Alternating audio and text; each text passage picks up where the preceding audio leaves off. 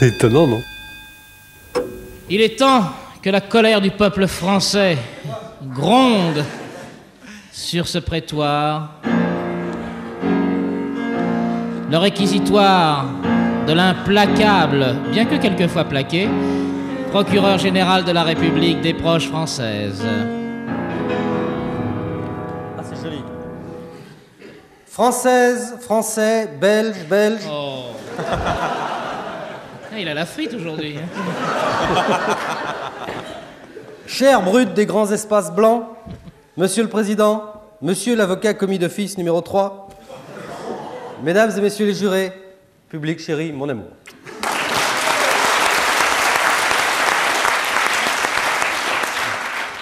Avant toute chose, qu'il me soit permis, au nom de ce tribunal très exceptionnel et de son président, qui est lui-même une affaire, qu'il me soit permis de saluer l'arrivée parmi nous de l'avocat commis d'office Bruno Garcin, ici présent sous le banc de l'infamie où somnole cette énorme chose plus ou moins québécoise, bizarrement affublée d'un prénom d'oiseau et d'un nom de chemin de fer.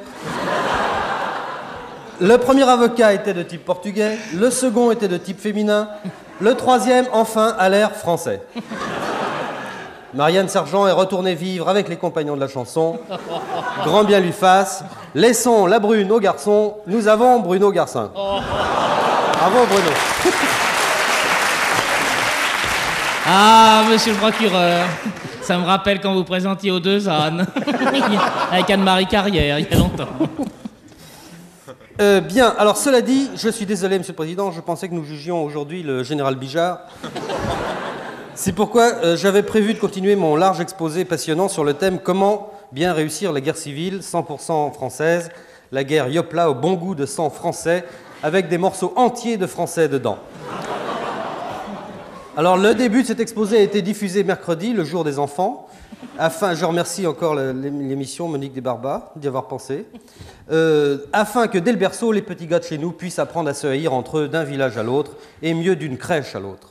Dans ces conditions, vous comprendrez aisément, Monsieur Plume, qu'il s'agit là d'un objectif prioritaire, en comparaison duquel vos petits délits mineurs de brutes avinés ne présentent plus qu'un moindre intérêt. De toute façon, vous vous en moquez, puisque vous allez bientôt figurer en vedette dans l'émission Vécu, l'émission vedette de France Inter, que vous devez connaître. Je sais dans les programmes que vous êtes annoncés, en tout cas. C'est même à cause de votre plume. Vécu, la plume par ceux qui ont dans le cul. C'est samedi prochain.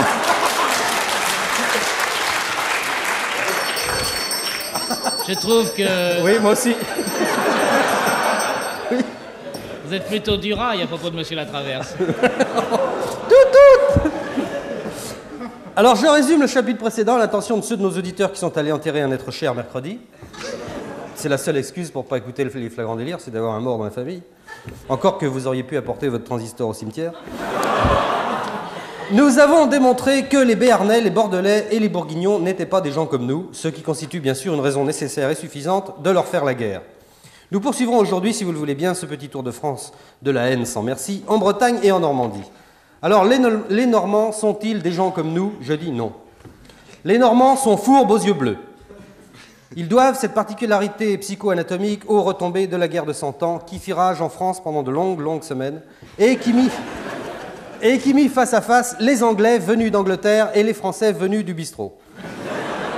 En 1420, les Anglais s'étaient rendus entièrement maîtres du duché de Normandie. Ils se mirent à genoux pour remercier Dieu, puis à plat ventre pour violer les Normandes, en vertu du code des bonnes manières, toujours en usage dans les guerres dignes de ce nom. Or, nous le savons, et pas seulement de Marseille, tous les Anglais sont fourbes aux yeux bleus. Et tous les bâtards de ces fornications guerrières, dont les descendants peuplent aujourd'hui la Normandie, héritèrent de ce double caractère grâce auquel on peut sans peine reconnaître un Normand d'un communiste, car le communiste est fourbe, certes, mais avec les yeux rouges. La fourberie chafouine des Normands s'exprime par le fait qu'ils ne répondent jamais ni oui ni non. C'est ce qu'on appelle faire une réponse de Normand. Voulez-vous un exemple? Oui, bon. Prenons un homme moyen, ou plutôt une femme moyenne, c'est encore plus érotique. Au bout d'une demi-heure passée en sa compagnie, allumons notre cigarette, accoudons-nous au-dessus d'elle avec bienveillance et posons-lui la question qu'elles adorent toutes qu'on leur pose. Alors, heureuse, hein?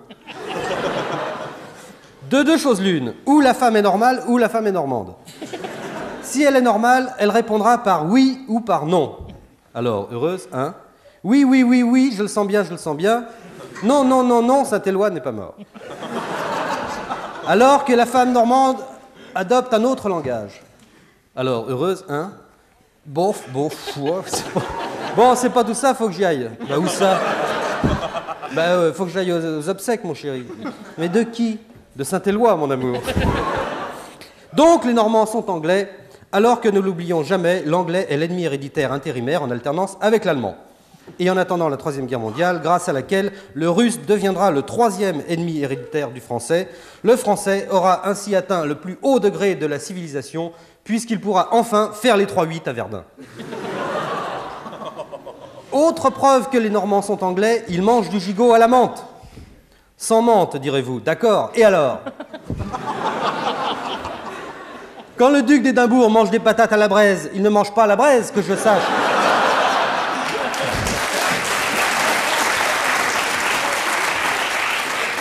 Est-ce que ça prouve qu'il n'est pas anglais? Non. Sus mépreux, mort aux Normands. Les Bretons, maintenant. Les Bretons sont-ils des gens comme nous? Je dis non. Le Breton est têtu. Sinon, pourquoi dirions-nous d'un Breton, il est têtu comme un Breton? Alexandre Vialat, qui est l'un des plus grands écrivains français avant Dutour et Poulidor, Alexandre Vialat disait, je cite, « Le loup est appelé ainsi à cause de ses grandes dents. De la même façon, le Breton est appelé ainsi parce qu'il est têtu. » Je n'en démordrai pas. On a pu prouver, c'est marrant tout ça, hein, on a pu prouver scientifiquement que le Breton était têtu. Les travaux des plus éminents chercheurs du CNRS ont démontré théoriquement que le Breton trempé est encore plus résistant aux fortes pressions que l'acier trempé. Pour passer de la théorie à la pratique, il suffirait de porter un Breton à ébullition. Mais jusqu'à ce jour, aucun Breton, vous entendez, Pilot, aucun Breton contacté pour aider la science dans ce domaine n'a voulu prêter son concours. Donc le Breton est têtu. Et par sa faute, la recherche française marque le pas et piétine. Et c'est navrant. C'est navrant quand on songe que les Américains, dans leur laboratoire d'Atlanta, nous ont une fois de plus rattrapés, puisqu'ils ont d'ores et déjà réussi à démontrer que les nègres étaient solubles dans l'acide sulfurique. C'est pas moi qui l'invente. Ô Armor, terre sauvage, comment pourrais-tu montrer au monde ton génie sans bouillir? Oui! Française, Français, Belge, Belge, c'est la science avec un grand S qu'assassine le Rennais avec un grand R et le Quimpérois avec un petit Q. Enfin, ne l'oublions jamais, le Breton est raciste. Comme je l'ai fait remarquer récemment dans un discours au Palais des Congrès de Tel Aviv, lors d'une conférence organisée par la Ligue contre le racisme et pour l'antisémitisme, les Bretons, tout au long de l'histoire de leur province, ont chassé sans pitié les circonciseurs sous le fallacieux prétexte qu'ils n'en ont évidemment pas besoin puisqu'ils ont déjà le bourron, comme en témoigne l'hymne breton que Georges Rabol va nous interpréter maintenant. Ils ont tous le bourron, vive la Bretagne. Ils ont déjà le bourron, vive les Bretons. Merci. Or, la guillotine n'est jamais bien loin du bourron de Béthune, monsieur Latraverse. Sus mépreux, mort au Breton qu'on lui coupe la tête. Bravo, Boulou.